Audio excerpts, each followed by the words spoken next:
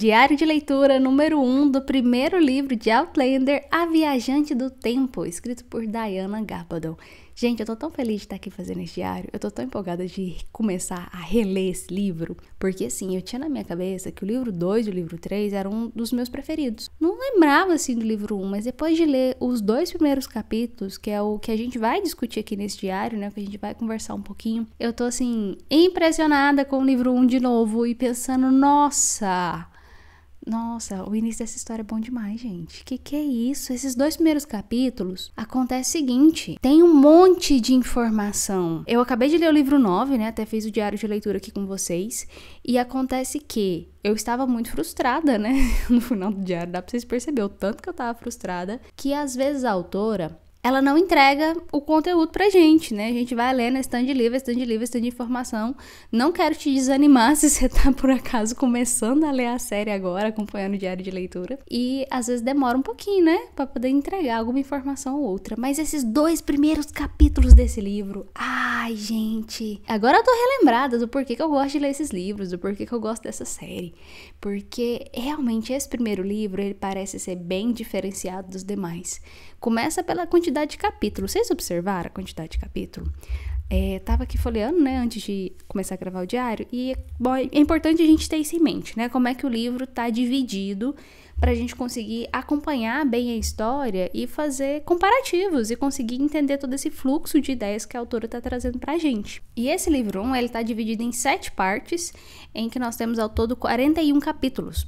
O livro 9, nós tínhamos, se eu não me engano, são 5 partes, e é 150 capítulos. E eu até fui olhando aqui os sumários dos livros, né? E a cada livro que passava, a Diana começou a acrescentar novos capítulos. Uma quantidade maior de capítulos, né? Mas aí eu gosto da ideia de ter menos capítulos, porque parece que os capítulos são mais densos. E aí a gente consegue ter mais informação. E se você, por acaso, você gostar mais de capítulos menores, né? Deixa aqui nos comentários pra gente poder conversar um pouquinho. E o ponto é o seguinte... Aqui nesse diário, o que a gente faz? A gente conversa sobre o que aconteceu ali na história. A gente não leu o capítulo, tá? Em relação ao que a gente vai estar conversando aqui. Então, se você tiver acabado de ler esses 2 capítulos, é muito bom pra gente poder entender, né? Detalhes. A gente sempre, quando termina de ler alguma coisa, a gente quer conversar. E esse é meu objetivo aqui, conversar com vocês. E se você ainda não começou a ler, você pode usar o link que está aqui no box de descrição do vídeo e também nos comentários para poder ter acesso ao livro lá pela Amazon, utilizando o Kindle Unlimited. O Kindle Unlimited é uma assinatura da Amazon que você tem acesso a milhões de livros, milhões, milhares, nem sei quantos livros tem lá. E, inclusive, os primeiros livros de Outlander você consegue ler por lá. É como se você pegasse emprestado e você tem 30 dias de graça para acessar esse serviço se você nunca se inscreveu nele antes. E sempre tem promoção assim de 3 meses por R$ 2,99, o que é muito bacana, eu adoro quando tem essas promoções. Então bora lá conversar dessa história? Olha só, começa na parte 1, obviamente, né? E toda a parte 1 desses primeiros capítulos acontece em Inverness, 1945. E o primeiro capítulo, ele se chama Recomeço, porque é justamente isso que a autora vem trazendo ali pra gente, pra situar a gente na história.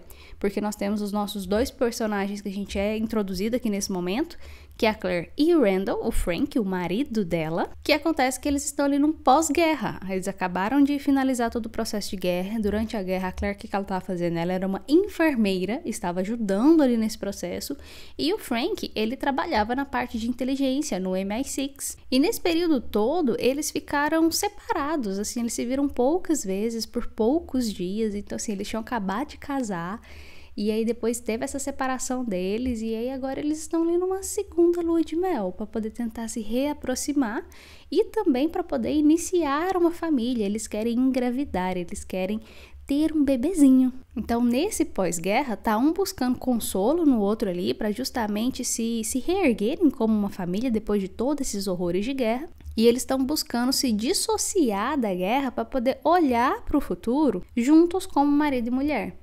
Então, é hora de olhar para frente, de planejar o futuro, de criar raízes. O Frank, ele tá se preparando ali para um cargo de professor em Oxford. Então, a Claire, ela até comenta várias coisas assim, sobre o passado dela, de como que ela viveu, né, antes de conhecer o Frank e tal e tudo mais, assim, uma coisa de nômade. E quando eles se casaram, logo eles se separaram ali por essa questão da guerra, então eles nunca tiveram uma casa ali deles.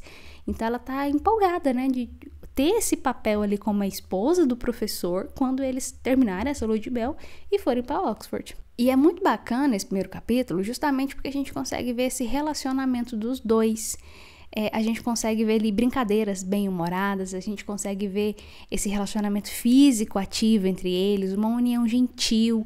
E a gente vê que o Frank gosta da Claire, apesar de que eu vejo sinais de que o Frank, apesar dele amar a Claire, ele não tá tão interessado assim pelas coisas que ela tá interessada. Tá muito num padrão ali de antigamente, de que o homem tá ali, líder da família, que não sei o quê, e a esposa só segue junto. Então, assim, ele dá sugestão pra ela ir atrás da botânica e tudo mais, e se interessar por plantas, mas, assim, ele não tá muito interessado assim, nos detalhes disso tudo, não. E aí a gente vê toda a estrutura da história de Outlander começar de fato. Então a gente vê o interesse do Frank, um fascínio dele por genealogia. Ele tá, assim, particularmente interessado em identificar ali os passos do ancestral dele, que se chama Jonathan Wentworth Randall. Ele foi um capitão dos dragões ali do exército britânico, justamente ali em 1740, 1900, acho que ele começou nesse exército em 38, 39, que inclusive a gente vê trechos disso lá no livro 8, do início desse ancestral do Frank. Será que eu tô dando spoiler falando isso? Bom, vamos fazer o seguinte, eu vou começar a gravar um diário paralelo de spoilers, de como que a gente relaciona um livro com o outro. Então, o que nós temos? Frank, marido da Claire, interessado por genealogia e procurando pistas ali sobre o ancestral dele, que se chama Jonathan Wentworth Randall. E aí ele tá ali interessado naquilo, né? Como eles estão ali na Escócia, eles ficam numa pousada e tem um amigo do Frank, que é o Reverendo Wakefield. E a gente vê na série também esse reverendo lá e o Frank, assim, apesar deles estarem nessa segunda lua de mel, como eu falei, eu acho que o Frank não tá tão interessado assim nos interesses da Claire, porque o Frank tá ali carregando os livros dele, gente. Ele levou os livros dele pra lá. Tipo assim, como assim você vai pra uma segunda lua de mel e você tá levando, sabe, trabalho? Quase que? Tipo, não, mas peraí, o Frank ele tá interessado nele. Então eu já tô começando a olhar o Frank com olhos diferentes da primeira leitura que eu tinha dele. Porque ele tá muito interessado nisso e ele passa a maior parte do tempo dele ali com o reverendo pesquisando documentos e tudo mais sobre esse ancestral dele. Nós vemos também uma origem pouco ortodoxa da Claire e da sua vida nômade, né? Como a gente já conversou com o tio dela, porque a gente já descobre que os pais dela morreram em um acidente de carro e o tio dela, que se chama tio Lambe, que cuidou dela, criou ela ali e tudo mais. Ela ia para um convento de freiras, esqueci, perdi aqui a informação. Mas aí ele cuida dela e ela cresce junto com ele até chegar um momento que ela conhece o Frank e se casa com o Frank. E a gente vê esse interesse da Claire por botânica e pelo uso medicinal dessas ervas e flores e tudo mais. Então ela tá interessada nisso e até o Frank comenta assim, você fica guardando as suas plantinhas nos meus livros, né? E aí ela, não, pois é, né, e tal. E aí ela até arruma uma prensa para ela conseguir deixar de usar os livros do Frank nesses 2 primeiros capítulos. Outro ponto importante é a linguagem peculiar que a Claire tem quando ela tá estressada. E eu acho que isso aí remete justamente a ela tá tentando se encaixar nesse papel da esposa do professor. Porque ela quer passar uma boa impressão de esposa recatada e do lar, bela recatada e do lar, pros amigos do Frank, no geral, só porque aí elas, quando estressa, acontece alguma situação, ela acaba, né, se exaltando ali na linguagem dela, e o Frank até fica com vergonha dela em alguns momentos. A gente vê isso acontecer aqui nesse primeiro capítulo. Não vergonha, mas assim, querendo se desculpar pelas maneiras da esposa dele. E aí, de cara, a gente já vê que a Claire, ela não é uma mulher comum nem pra 1945. Quem dirá porque que tá pra vir no próximo passo da história. Outro ponto que a gente vê aqui são as histórias antigas e as superstições que tem por ali nas terras altas escocesas, né? Justamente essa questão de sacrifícios e rituais, né? Das coisas que acontecem, porque é uma terra muito mística. E a gente vê o Frank interessado por isso também, porque eles chegam lá, né? Estão lá na hospedaria e tudo mais. E tem esse momento que a gente vê eles encontrando esse sangue na porta. E eles vão conversar a respeito disso com a dona da pousada ali, que ela vai explicar que é místico, né? E tudo mais. E todos esses detalhes envolvendo isso, que é muito bacana, que eu acho que, assim, É um quê de diferente que a Outlander tem, que eu adoro essa parte. E a gente vê justamente essa explicação sobre as festividades dos povos antigos ali da região, em que nós temos alguns períodos no ano que toda essa questão dessa superstição, dessa coisa mística fica mais evidente, todo mundo ali entra na onda, né? Vamos falar assim. E quais são esses períodos, né? É o período ali de Ano Novo, o solstício de verão, o Beltane, que é justamente o festival da primavera, que é onde eles estão ali justamente no final de abril que eles chegam ali para essa segunda lua de mel. É importante a gente ter ideia dessas datas. E o Halloween. Então, nesses períodos, é justamente o que eles chamam aí dessas festas do fogo e as festas do sol, que tem esse quê a mais. E aí, por ter esse quê a mais, e como eles estão ali nesse período ali do festival da primavera, do Beltane, eles veem, né, essa questão ali daquele sangue na porta, né, que seria uma forma de entrar, né, nessa questão dessa misticidade. E também relacionado ao capítulo 2, que é justamente o Círculo de Pedras. Mas antes da gente falar do capítulo 2, tem o finalzinho aqui do capítulo 1, que a gente vê justamente um primeiro atrito entre a Claire e o Jamie. A Claire, ela tá ali no quarto dela, tá ali se arrumando e tudo mais, e como eles estão nessa vibe lua de mel, ela tá até toda interessada em passar perfume na escova pra poder, na escova do cabelo, né, pra na hora que pentear o cabelo ficar ali com o cheiro, que é o perfume que o Frank gosta e tudo mais, e acaba a energia. Por quê? Porque tá chovendo. E eu não sei se vocês sabem, mas na Escócia chove demais, gente, mas demais na conta mesmo. E aí acabou a energia, por um acaso, então ela acende velas e fica todo aquele clima, né, ela até falou, vamos colocar um clima aqui. E aí acontece que ela tá ali na janela, escovando os cabelos e tudo mais, à luz de velas. E o Frank chega. Só que o Frank chega e ele chega um pouco tanto... não é revoltado, mas assim, meio assim com suspeito. Por quê? Porque ele encontrou alguém lá de fora. Só que ele não sabe se ele encontrou, se foi uma ilusão, o que é. E que era um homem vestido de terras altas que tava olhando pra Claire pela janela. E aí ela fica, né, tipo, tentando conversar e brincar do jeito da Claire ali. Só que aí o Frank vai justamente por um lado querendo dizer que, será se esse homem que estava te vendo ali pela janela não é alguém que por acaso você tratou enquanto você estava ali atuando como enfermeira durante a guerra? Então ele pergunta se ela tratou de pessoas escocesas. Se tratou de escocês, né, especificamente. Ela fala que né, tratei gente de tudo quanto é lado, né, meu filho? E aí ele vai sugerir isso, que se por acaso, se ela teve um caso com alguém durante esse período, e a Claire fica brava, como que você pode pensar isso de mim?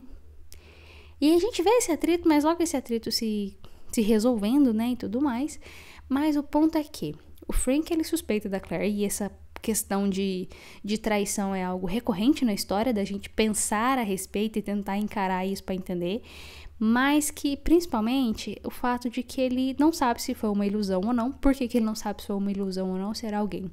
Porque na hora que ele viu, como estava chovendo, estava ventando, ele fala que ele não viu o kilt dele, ali a saia, não estava mexendo. Então estava ventando e a roupa não mexia. Então isso era muito suspeito. E aí é onde a gente tem toda essa questão desse personagem ser um fantasma ou não. E aí o capítulo termina justamente com o pensamento da Claire aqui. E é importante a gente falar isso. A história é narrada ali desse ponto de vista da Claire. Então ela vai e pensa, né, que somente mais tarde, ouvindo sua respiração regular ao meu lado, foi que eu comecei a pensar. Como eu disse, não havia nenhuma prova que implicasse infidelidade de minha parte. De minha parte. Mas 6 anos, como ele dissera, era um longo tempo. Então, assim, eles ficam muito tempo separados, gente. E dá a sensação realmente, assim, que eles não se conhecem, que eles se conhecem, mas não se conhecem. Então, estão ali tentando, né, ter esse recomeço e tudo mais. E aí, vamos falar do capítulo 2, né? O Monumento de Pedras, que é onde a história, eu acho que realmente começa a se desenhar pro que a gente conhece de Outlander. No capítulo passado, a Claire conheceu o Sr. Croc, que a gente não vê ele aparecendo na série, que ele tá ali para poder conversar com a Claire justamente sobre essa coisa de plantas, né, de botânica, e ele ainda dá uma prensa para a Claire, para ela poder prensar as plantinhas dela, para poder secar as plantinhas e tudo mais ali, as ervas e tal. E nisso que ele tá com ela ali, né, numa pequena excursão dos dois, enquanto o Frank tá lá com o reverendo, né, por um acaso, ele leva a Claire lá em Craig Nardum. E aí, eles estão passando ali perto e ela, o que tem lá em cima, né? Parece um local difícil pra um piquenique, né? E o Sr. Croc, ele fala, é Craig Nardum, menina. Eu pretendia te mostrar depois do lanche. E aí ela pergunta se tem alguma coisa especial a respeito da colina. E ele fala que tem. E aí mostra, né, esse monumento megalítico de pedras e tudo mais. E ela compara com o outro monumento que ela já visitou junto com o Frank, que era um monumento muito maior do que aquilo, né? Que é o Stonehenge. E ela até fala, né, que o Frank ia ficar fascinado com isso daqui. Porque assim, gente, é nítido tanto assim que eles se gostam e tudo mais, que tem esses pequenos atritos e tal, mas que a Claire, ela pensa muito mais no Frank do que o Frank nela. Bom, capítulo 1 e capítulo 2, tô pegando essas vibes aí. Se você pegou essa vibe também, deixa aqui nos comentários que eu quero saber. E ela se organiza justamente pra, eu quero trazer o Frank aqui pra ele poder ver esse monumento. E aí depois a história corta ali justamente pro Frank lá na casa do reverendo. E a Claire chega lá e tudo mais, e a gente dá de cara com o Roger Wakefield, que é sobrinho do reverendo, né? O reverendo tá ali cuidando dele como pai dele. Aliás, desculpa, ele é filho da sobrinha dele, né? Então, não sobrinho diretamente. Mas né, sobrinho. Enfim, criou ele como filho. E porque ele tava ali e tal, a Claire foi sentar na cadeira, o Roger tava lá e tal, o reverendo vai apresentar eles, e ele é uma criancinha ali. Tá ali brincando, dormiu, lendo quadrinhos. E aí acontece que a gente vê alguns detalhes aqui na história, que a governanta ali do reverendo vai chamar a Claire para um chá. Né? Não, deixa os homens aí, vamos ali na cozinha tomar um chá. E só antes disso, a gente vê várias conversas entre o Frank e o reverendo, sobre justamente esse ancestral do Frank, do Jonathan Randall, que ele tá pesquisando. Então eles começam a encontrar informações sobre eles e discutir essas questões, o que acaba sendo importante e lá na frente na história. E aí a Claire vai tomar chá lá na cozinha, né? E no que ela vai tomar chá lá na cozinha, ela descobre um pouco sobre essa misticidade da senhora Graham, que é justamente a governanta do reverendo, né? Que ela vai ali ler as folhas de chá do chá que ela tomou. E depois vai ler a mão da Claire. E aí fica um climão, gente. Fica um climão. Por que fica um climão? Porque a mão da Claire tá falando justamente que ela tem 2 casamentos. Tá falando que tem 2 casamentos e que ela tem algo ali nela que faz com que os maridos dela não fiquem longe da cama dela. Então, assim, é interessante a gente ver essa conversa e tudo mais. A Claire fica meio assim, mas tá, né? Tá. E aí, de repente, chega justamente o reverendo pra buscar ela, porque ele fala, não, gente, descobri um negócio muito importante lá, vamos lá na sala lá, pega outra xícara de chá pra gente poder conversar com seu marido. E eles vão conversar sobre uma descoberta em relação ao ancestral, né, o Jonathan Randall lá, porque eles descobrem que ele tinha um padrinho que acobertava as coisas todas que ele fazia, que era o Duque de Sandringham. E o Duque de Sandringham, acontece que ele era suspeito de ser um jacobita ele mesmo. E aí começa a gente cruzar todas as informações com a história da Escócia. Nesse período ali de 1740 e alguma coisa.